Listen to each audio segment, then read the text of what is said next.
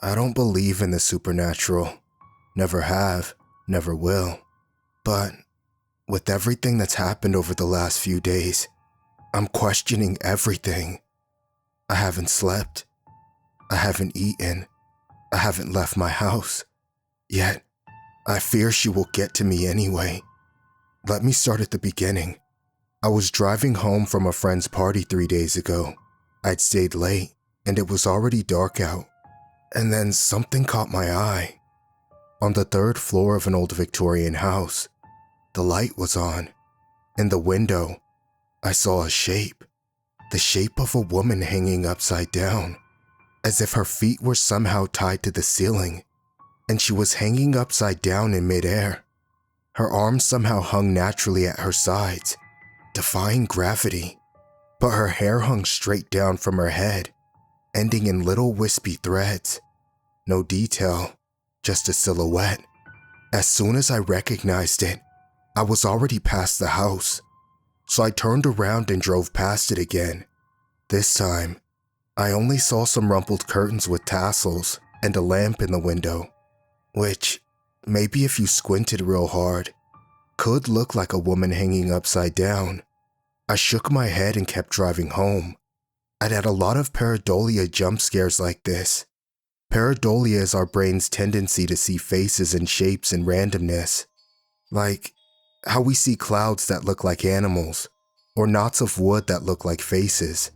Sometimes, I think I have an overactive sense of pareidolia. For example, years ago, when I got my bangs cut for the first time, I started seeing shadow people. It took me an embarrassingly long time to realize that the shadow people was just my hair falling into my eyes, that my brain was interpreting as some sort of demon or spirit, so I didn't give the upside-down woman much thought until I saw her again. I was on the subway into work. Lights caught my eyes out the window as another subway passed us in the opposite direction.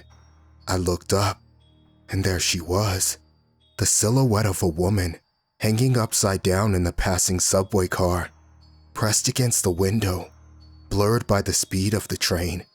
I only saw her for a split second, and then she was gone as the train rattled past us. What the fuck? I must have just seen like a black jacket draped over a seat or something, right? My heart began to pound. I stared out of the window for the rest of my commute, but all of the other passing subways were fine, filled with commuters staring at their phones. When I got out at the station, my legs were so weak I thought I might collapse, but I forced myself to work. I didn't see anything strange on the way back from work either. When I got home, I tried to distract myself, binging the nastiest stuff on HBO and plowing through an entire bag of chips. Then, I finally went to sleep, only to wake up at 3:03 a.m. I was covered in a film of cold sweat. My heart was pounding, but I couldn't remember any dream. Usually when I woke up like this, the vestiges of some nightmare were still in my head. This time, there was nothing. I rolled over, pulling the covers up to my chin, and closed my eyes. Wait, there was something in the darkness of my room that didn't quite look right. I opened my eyes and looked around the room, my heart hammering. The dark shapes of my nightstand, my bookshelves, they both came into focus. Everything was where it should be, except for the light. It was too dark in here.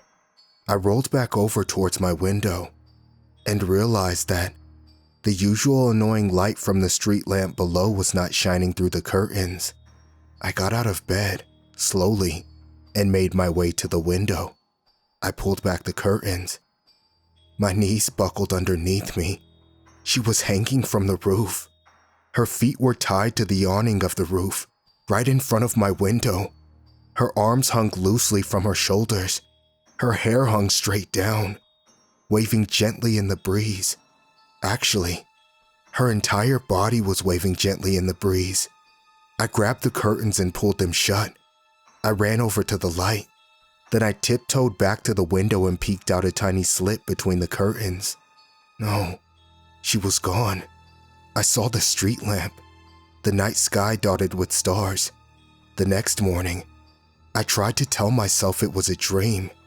I'd had a few weird moments in my life, in the twilight between dreaming and wake.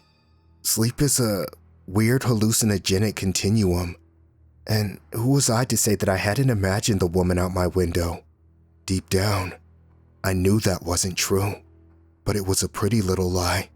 I made my way to my workstation. I didn't look up at passing subway cars. I drank about 3 cups of coffee. Jeff, ever the charmer, told me I looked super tired, and Tina asked me if I was sick. I didn't tell them what happened.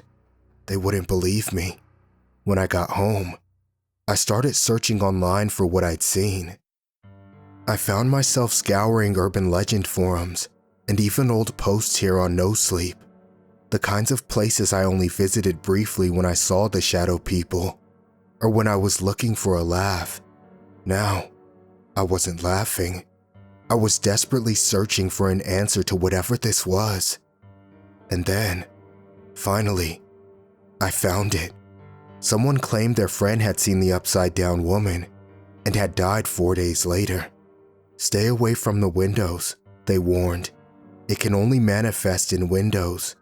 They also remarked that their friend had first seen the woman through 2 layers of glass, like through a car window into the window of a home, and then, later, through only 1 window. Like it was getting closer. Some sciencey person had replied, asking all kinds of ridiculous questions, like if plastic counts or any transparent material, and they replied, there has to be a pane of glass or glass-like material in front of the person. They didn't explain glass-like any further. There was no way to avoid windows unless I lived in the basement, so I moved food, water, and clothing down there while half closing my eyes. I told my boss I was sick. It took me a long time, but then I was settled in. For how long, I didn't know. I didn't know if it was even possible to wait out the upside-down woman, and I didn't even know if I actually believed in her existence in the first place. That was about to change. I decided to get some reading done to get my mind off things. I grabbed my book, and without thinking, grabbed my reading glasses. As soon as I put them on, I screamed. She was hanging from the basement ceiling, hanging in the corner, a void of darkness, hair nearly trailing to the floor. And then, this time, she moved. In jerky, incredibly fast motions, she broke free from the ceiling and scrambled towards me. I ripped the glasses off my face, but not before pain exploded in my arm. When I looked down, there were 4 deep scratch marks on my forearm, dripping in blood. That leaves me here. I'm sitting in my basement, away from all windows and glass, on the 3rd day. According to the guy on the internet, his friend was killed on the 4th day. I don't know what will happen after 4 days. If that means I've waited her out and she'll move on to another target, or if she'll kill me anyway, glass or not. If you don't hear from me in 24 hours, assume the worst.